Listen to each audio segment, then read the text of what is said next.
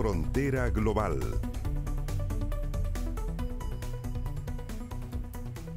¿Qué tal? ¿Cómo están? Bienvenidos y bienvenidas a Frontera Global, este espacio del canal 24 horas en el que cada semana le decimos en dónde tiene que poner su mirada y cuáles son los principales temas internacionales. Y para eso vamos a nuestros puntos cardinales. Vamos a empezar por Venezuela, porque el presidente de este país, Nicolás Maduro, nombró al líder chavista Diosdado Cabello como nuevo ministro del Interior, Justicia y Paz, lo que ha sumado tensión a la crisis política que vive este país debido al perfil de mano dura y de apoyo a la represión que ha tenido el número 2 del chavismo en contra de los opositores, esto durante las últimas décadas. ¿Cuáles serán sus nuevas funciones de ahora en adelante? Se lo vamos a contar en este programa. Vamos a hablar también de lo que sucede en Mujica y justamente también en Uruguay, porque hay preocupación por la salud del expresidente uruguayo Pepe Mujica, quien fue internado en este país luego de que se descompensara producto de su lucha contra el cáncer de esófago que hizo público en el mes de abril. En entrevista con el New York Times había asegurado estar deshecho en medio del duro tratamiento que ha recibido en los últimos meses, aunque ya fue dado de alta. Pendientes también de lo que sucede en Ucrania, el presidente de este país, Volodymyr Zelensky, anunció que va a entregar a Estados Unidos un plan para terminar la guerra con Rusia en el mes de septiembre. Una iniciativa que llega en momentos en los que tropas de Putin llevaron a cabo una de las operaciones más grandes desde el inicio de la invasión, mientras que Ucrania también ha logrado penetrar en varios territorios de Rusia. Conversaremos desde la capital ucraniana con el experto Oleksandr Elbishuk. Pendientes también de lo que ha pasado con la detención del CEO de Telegram. Crece la tensión después de la detención del cofundador de esta red social, Pavel Durov, en Francia. El presidente Emmanuel Macron ha asegurado que su detención no tiene nada que ver con la política y que su país respeta la libertad de expresión. Sin embargo, Durov arriesga hasta 20 años de cárcel debido a la falta de controles de su plataforma sobre delitos como tráfico de drogas, pedofilia y lavado de dinero. Y también, ¿quién es este multimillonario que era calificado como el Mark Zuckerberg ruso? Lo vamos a ver en este capítulo. Como ya adelantábamos en nuestros puntos cardinales, el presidente de Ucrania, Volodymyr Zelensky, anunció que va a entregar a Estados Unidos un plan para terminar la guerra con Rusia, tras las últimas semanas en las que ambos países han recrudecido sus ataques en contra de los territorios del adversario. Tomamos contacto en la capital ucraniana con Oleksandr Elbishuk, que es coordinador del programa de cooperación para España y Latinoamérica del Centro del Diálogo Transatlántico. ¿Cómo está? Muy buenas tardes. Buenas tardes, gracias.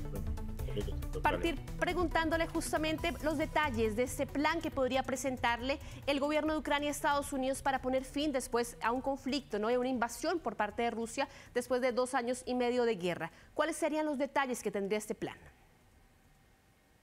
Aún no se sabe porque es una declaración del presidente que ha hecho hoy. Así que seguramente que Ucrania seguirá contando con la herramienta militar en este conflicto bélico y yo no veo, y la sociedad ucraniana tampoco, una posibilidad de la salida pacífica o diplomática del conflicto bélico con Rusia que tenemos, porque lamentablemente el régimen de Kremlin y mismo Vladimir Putin todavía no quieren aceptar los intereses de Ucrania. Por eso la guerra seguirá de manera militar. Y yo creo que el presidente Zelensky en su declaración quería decir que a los Estados Unidos hay que demostrar algunos resultados en el terreno y de eso depende también los resultados de las elecciones presidenciales que tendrán lugar este otoño. ¿Temen ustedes en Ucrania que haya algún tipo de cambio dependiendo, ¿no?, de quién pueda llegar a ser el próximo presidente o presidenta en Estados Unidos y que se cambie entonces la política que ha tenido Joe Biden durante estos 2 años y medio de guerra? Algún cambio menor sí puede ocurrir porque Ucrania es uno de los claves en la agenda mundial y de los Estados Unidos, pero en Ucrania existe una opinión generalizada que esta guerra es un interés, o sea, apoyar a Ucrania es el interés de cualquier administración de Estados Unidos, porque en Ucrania se trata no sobre un conflicto bélico sin importancia. En Ucrania sigue una guerra contra una agresión para la seguridad europea. Por eso no tenemos que pensar, no tenemos que engañarnos que la llegada de Donald Trump puede cambiar todo al revés. Estados Unidos tienen una política exterior firme y contundente. Y eso no depende de una persona en la Casa Blanca. Por eso estamos contando diferentes escenarios, pero yo personalmente no creo que la posible llegada de Donald Trump puede perjudicar de alguna manera la ayuda militar que Ucrania recibe de Estados Unidos. Sobre lo que ha pasado en esta última semana, que ha tenido también un impacto importante en distintas partes de Ucrania. Hablábamos, por ejemplo, de este ataque coordinado que hace Rusia sobre 15 regiones de Ucrania. ¿Cuál ha sido el resultado que ha dejado finalmente este operativo? Bueno, primero es el sector energético, porque la mayoría de los drones y misiles cruceros y balísticas rusos fueron dirigidos contra instalaciones energéticas y plantas eléctricas en diferentes provincias de Ucrania y no solamente contra la capital ucraniana, Kiev. Ucrania también logró interceptar la mayoría de los misiles. Dicen que casi 30 misiles impactaron sus objetivos, pero hasta 100 objetivos, digamos misiles y drones, fueron interceptados por baterías antiaéreas. También hasta que Ucrania logró interceptar algunos misiles con la lucha electrónica, porque son misiles de gran alcance. Por eso, en ese sentido, y también lo que es importante decir, que Ucrania por primera vez utilizó los aviones F-16, las casas occidentales que ya están en Ucrania, para interceptar los drones y misiles rusos en el espacio aéreo ucraniano. En general, el ataque ruso fue con un solo objetivo, otra vez provocar los apagones masivos de electricidad en todo el país. Al final, sí, en Ucrania ahora siguen otra vez la falta de electricidad en la capital ucraniana y en las provincias. Pero, como dice el gobierno, es una herramienta de necesidad. Eso va a terminar en unas semanas. Alexander, usted nos está hablando en estos momentos desde Kyiv, que es la capital ucraniana, en donde hemos vuelto a ver este tipo de escenas que veíamos al inicio de la guerra, de personas teniendo que refugiarse, ¿no?, en los subterráneos, en el metro. ¿Cómo ha sido también para usted vivir esta guerra al interior de la capital de su país? Es una cosa ya cotidiana para mucha gente que vive en la capital ucraniana, porque la gente elige vivir en la capital ucraniana. Por ejemplo, mis familiares que tienen hijos ya decidieron salir de la capital. La capital es una ciudad enorme de 3 millones de habitantes, no tan grande como Santiago, pero igual. Y la gente que sigue viviendo en la capital ucraniana tiene este riesgo en vigor, entiende que eso puede ocurrir y toma este riesgo en serio. Por eso para mucha gente es una parte de la vida cotidiana. De verdad, francamente, la capital ucraniana tiene una cúpula de defensa antiaérea lo más sofisticada que tiene todo el país, pero igual algunos misiles rusos alcanzan. Y también sabemos que el gobierno y el presidente Zelensky siguen en la capital ucraniana. Por eso Kiev seguirá siendo el objetivo número 1 para las tropas rusas. Esto es una lotería con la vida. La gente que vive en la capital ucraniana, de verdad, digamos, va a seguir con una trauma posguerra por muchos años, porque cuando ocurre un bombardeo con misiles no es una cosa divertida para nada, es una explosión tremenda que escucha toda la ciudad y da igual dónde se provocó. En este momento, ¿cuál es el nivel de afectación que tiene la capital de Ucrania? Se sabe que 2 años y medio antes de que iniciara la guerra era una de las ciudades más vibrantes de Europa. ¿Cuál es el panorama en estos momentos en la capital, en Kyiv? Seguimos con el toque de queda a partir de medianoche hasta 5 de la mañana. O sea, los jóvenes ya no tienen una vida nocturna para nada. Las universidades y colegios que tienen espacios subterráneos pueden seguir con clases presenciales, pero lamentablemente las instituciones educativas que no las tienen que seguir con las clases en línea como duraba durante la pandemia. También la capital ucraniana es una ciudad enorme y digamos que no se ve en la vida cotidiana que la guerra está pasando, porque infraestructura civil, supermercados, los restaurantes funcionan bastante bien, que para muchos extranjeros es una cosa rara y extraordinaria. Pero la gente intenta vivir y continuar con una vida normal más o menos, porque es imposible seguir viviendo en las condiciones de guerra pero estoy seguro que la vida está diferente. No hay vuelos comerciales, hay puestos de control, hay muchos militares en las calles, la policía armada, te pueden parar en la calle, preguntar tus documentos hasta revisar tu celular. La ley marcial lo permite y ahora las fuerzas de seguridad en Ucrania tienen muchas más herramientas que era antes. Por eso la vida en la capital es, yo digamos, como en cualquier otra ciudad europea, pero con muchos límites. Si hablamos, por ejemplo, de la capacidad que ha tenido Ucrania para penetrar en ciertas partes de la frontera con Rusia, ¿cómo siente usted que ha cambiado esto, la dinámica también y la lógica misma de la guerra? Esto era una sorpresa, la invasión o la entrada de las tropas ucranianas al territorio de Rusia, al territorio continental de Rusia, no solamente el bombardeo de zonas ocupadas. Eso era una sorpresa para los aliados europeos y también para Estados Unidos, pero también demuestra la capacidad de las Fuerzas Armadas ucranianas a concluir tal tipo de operaciones sofisticadas, porque Ucrania usó aviación, sistemas antimisiles, antiaéreas, blindados, tanques, unidades, todo sincronizado.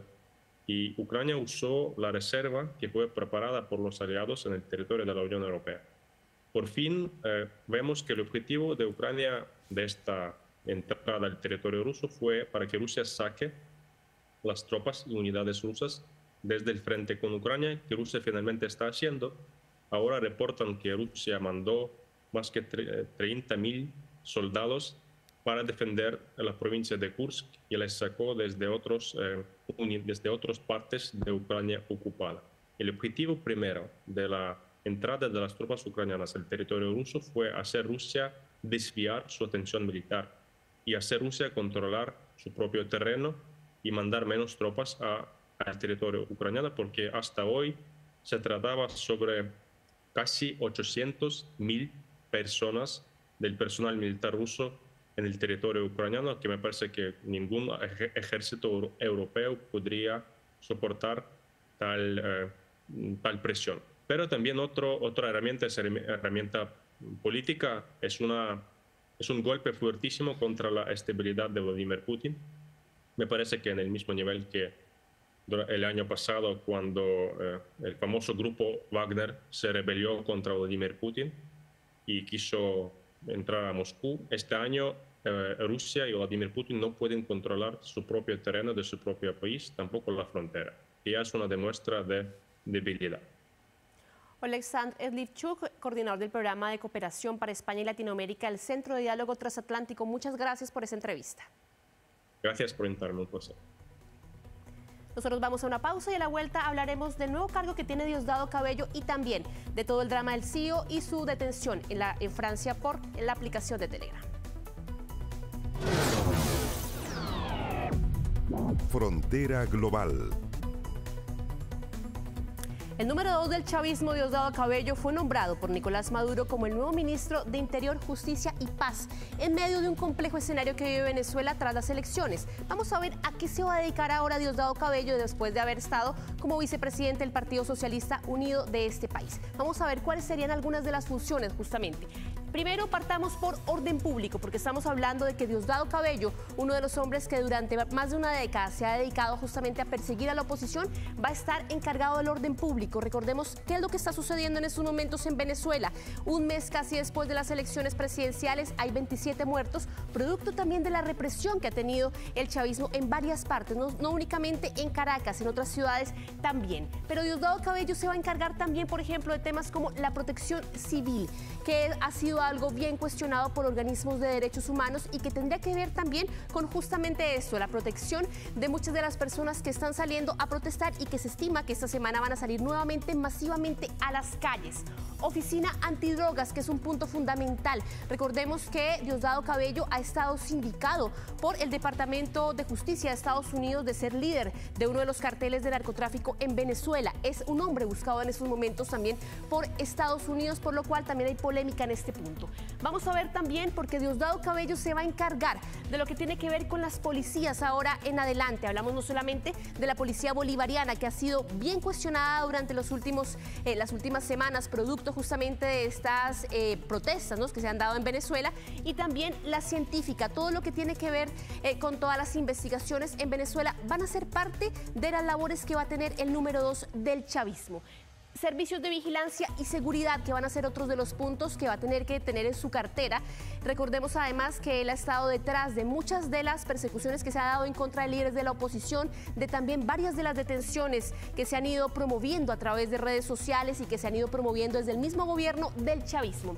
Y finalmente, servicios de identificación, que hay que decir, durante varias décadas ya, o al menos varios años, la última década de Nicolás Maduro, los venezolanos han tenido un gran problema para poder acceder a sus documentos, producto de lo que ha sucedido en su país, lo que ha pasado en los diferentes consulados, y también parte de eso tuvo que ver con que muchos de ellos no pudieran acudir a votar, sobre todo esos 7 millones que no pudieron tener sus documentos en línea o sus documentos al menos para acercarse a ejercer su derecho al voto después de estar en el exterior.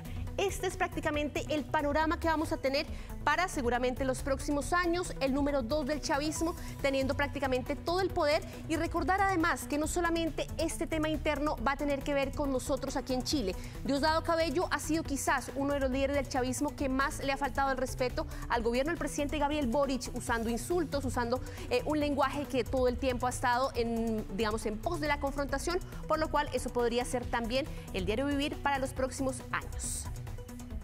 Y seguimos haciendo doble clic, pero ahora vamos a hablar de otro tema muy importante, en conmoción, tras la detención del cofundador de Telegram. Pero, ¿quién es Pavel Durov y por qué la red social rusa está en el centro de la polémica? Miren este informe de Sebastián Zamorano. Conocido como el Mark Zuckerberg ruso, la policía francesa detuvo el fin de semana a Pavel Durov, cofundador de la popular aplicación de mensajería Telegram. El cofundador de la plataforma fue detenido luego de aterrizar en su jet privado en un aeropuerto de París. Su arresto forma parte de una investigación que acusa al multimillonario de no frenar las actividades delictivas que ocurren en su aplicación, entre las que están el tráfico de drogas, difusión de contenido sexual infantil y fraude. Todavía no sabemos de qué se acusa exactamente a Durov. No hemos oído ninguna declaración oficial al respecto y antes de decir nada, tenemos que esperar a que la situación se aclare. Durov abandonó Rusia el año 2014, tras negarse a cumplir con peticiones del Kremlin de cerrar las comunidades opositoras creadas en su plataforma VK, conocido como el Facebook de su país. En 2018 volvió a enfrentarse contra las autoridades del país, luego de negarse a entregar datos sobre usuarios de Telegram, lo que significó que la aplicación fuera vetada hasta 2021. A pesar de estos incidentes, las autoridades rusas insisten en que lo defenderán como a cualquier otro ciudadano. Ha dicho muchas cosas malas sobre Rusia, hizo ciertas afirmaciones, se fue de Rusia, pero conserva su ciudadanía, lo que significa que según nuestra constitución vamos a protegerlo. Su caso ha despertado una serie de especulaciones sobre su detención, incluso comparándolo con otros magnates ligados al mundo de las aplicaciones. La libertad de expresión en Europa está muerta. Elon Musk es libre, Mark Zuckerberg es libre, pero Pavel Durov está ahora en prisión. ¿Por qué? Porque es ruso. Acusación que el presidente francés negó esta mañana a través de X. La detención del presidente de Telegram en suelo francés se produjo en el marco de una investigación judicial en curso. No se trata en ningún caso de una decisión política. La aplicación, fundada en 2013, cuenta con más de 900 millones de usuarios en el mundo y ha ganado una especial popularidad en países como Rusia, Ucrania y las ex repúblicas soviéticas. Su principal diferencia con otras aplicaciones de mensajería son sus mensajes encriptados, la opción de crear listas de difusión desde el mismo usuario y el cuidado de la fuente de origen del mensaje, prometiendo así una libertad de expresión sin límites. En Telegram, todos estos elementos son más complejos. La denuncia, el compartir, entonces hace que personas que tengan cierto tipo de información que es más sensible puedan compartirla de forma más fácil. Que nacieron precisamente con la promesa de que acá es un lugar libre para conversar, donde nadie está vigilándote, mirándote, y es privado lo que hables. Chile es el segundo país con mayor penetración de redes sociales en América Latina. ¿Pero qué tan usada es Telegram aquí? Sí lo conozco, pero no lo uso. Lo he usado para ver series. La conozco, pero no la uso. Yo prefiero el WhatsApp, en verdad, porque es mucho más fácil y más cotidiano. Por ahora, el fundador de esta aplicación se arriesga a una condena de 20 años en la cárcel, acusado de un total de 12 delitos, tras las múltiples investigaciones penales que enfrenta esta aplicación, que desde su creación acumula críticas a su débil sistema de moderación, lo que la ha convertido en un terreno fértil para la desinformación y la criminalidad. Y la razón para que el mundo siga girando, nuestra buena noticia de la semana nos llega desde República Dominicana. Un grupo de biólogos marinos ha instalado un curioso vivero acuático para poder regenerar los corales en las costas de la isla. Nos cuenta más Claudio Herrera.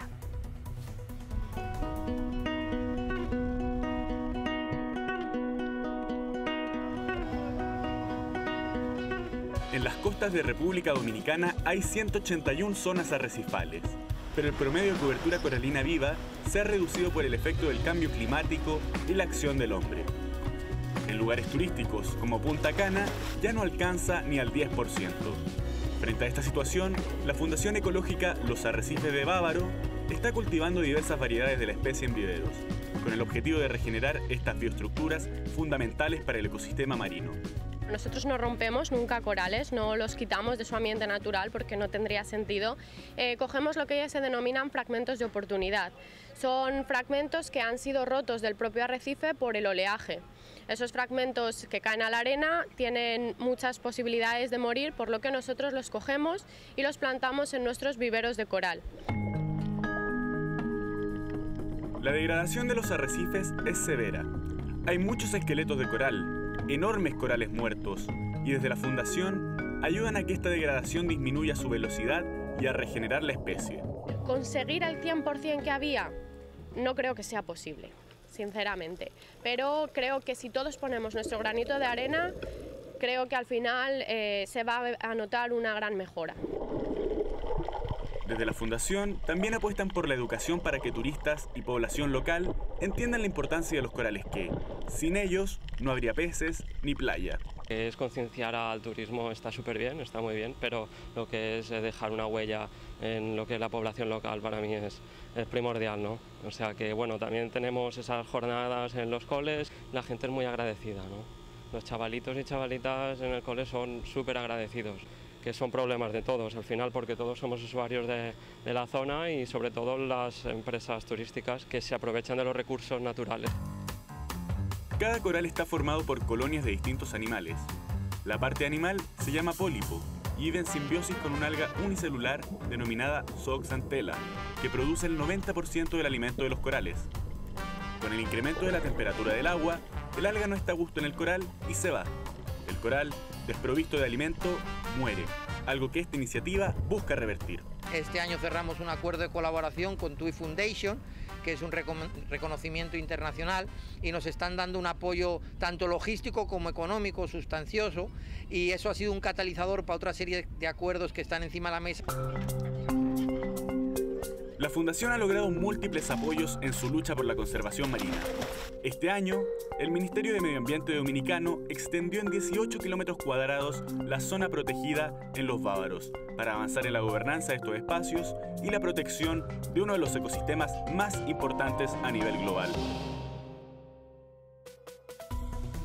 Con esta buena noticia terminamos Frontera Global. Nos vemos la próxima semana aquí en 24 horas con todo el análisis de la realidad internacional. Que estén bien.